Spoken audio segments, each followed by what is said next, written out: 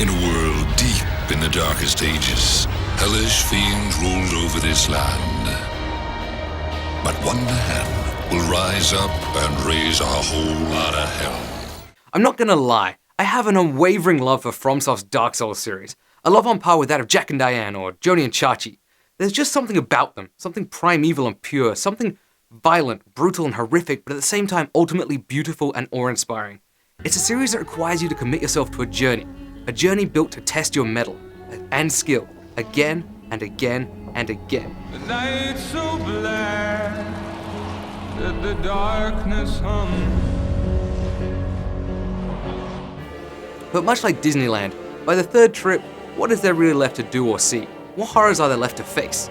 By now we've surely been battle-hardened and wise to all the game's tricks, right? Or is that just what Dark Souls 3 wants us to think? At its core, Dark Souls 3 really hasn't changed.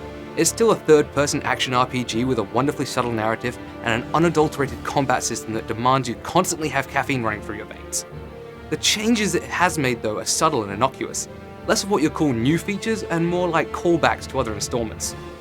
In this way, Dark Souls 3 is a chimera of sorts, boasting all the best features from previous Dark Souls iterations, Bloodborne, and even the granddaddy to them all, Demon Souls.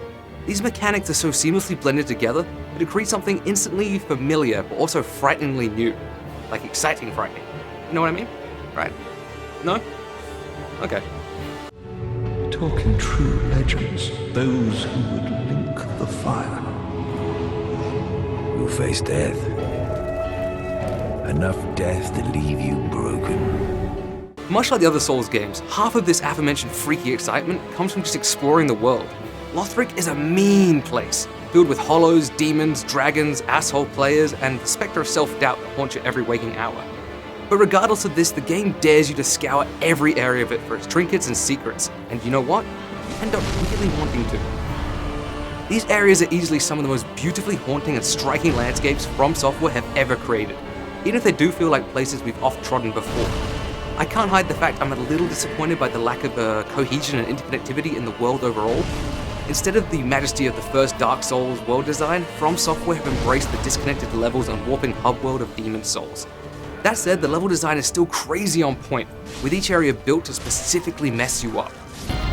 In a story of brutal retribution and redemption, a man must fight his way in an epic journey across this land to hold on to his mortality. For that, he'll need souls. Many, many souls. The new stuff though, that's the really interesting part. New covenants, new enemies, new mechanics, all of it mostly hidden, as is the Dark Souls way. One of the most striking of these changes is found in what Dark Souls is fabled for, its boss fights. Dark Souls 3 is far more liberal with experimenting when it comes to the structure of these set-piece encounters. Most fights are now multi-staged, with big nasties gaining more movesets, tactics, and sometimes even a new health bar, just as you start to get the upper hand. Throw in the fact that some of these fights play out more like mini puzzles instead of just testing how hard you can hit something, and you've got yourself a real challenge. These factors combined with the overall awe-inspiring design of each grotesque titan makes Dark Souls 3's boss fights some of the most memorable in the franchise history.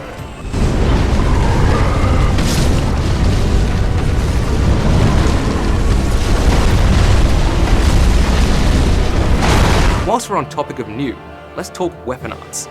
Each piece of equipment now has an art, or as I explained the first time I saw it in a PvP bout, fancy bullshit.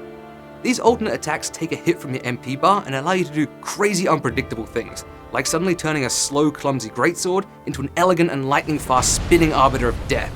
This addition to the combat makes PvP really genuinely inspiring, and PvE more fun to play than ever.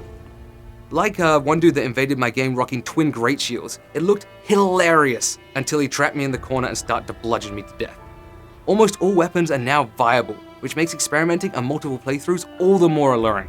To be unkindled is to be a vessel for souls. Sovereignless souls will become thy strength. If this is the swan song for FromSoftware's flagship series, then it doesn't end with a pitiful ember, but a raging fire. Elegant yet deadly, Dark Souls 3 is everything you want from a game of its lineage. Beautiful visuals, an impressive and deep world narrative, hideous enemies, a refined but still pure combat system, a thriving and enthusiastic online community, and fan service galore. Although hard and demanding, Dark Souls 3 is ultimately one of the most rewarding gaming experiences out there right now. Dare I say it? It easily competes with the original for the finest of the series. Nowhere to hide, nowhere to run. The only way forward is to fight back. Again, and again, and again, and again. When you pick a fight with the devil, you better be stronger than hell. Dark Souls 3. Available on VHS on April 12th. And that's about it for this edition of Player Attack. Thanks for watching. Next week, with less than a month to go before Oz Comic Con hits Melbourne, we revisit the cosplay guests who visited Adelaide, and we take a look at some of the smaller games that we've been playing around the place. Not everything's about the big name. In the meantime, you can catch us at playerattack.com. We're on Facebook, YouTube, and Twitter, and if you've got something you want to say, send us an email, mailbox@playerattack.com, or just hop on our forums. Till next week, I'm Jessica Citizen, and this is Player Attack.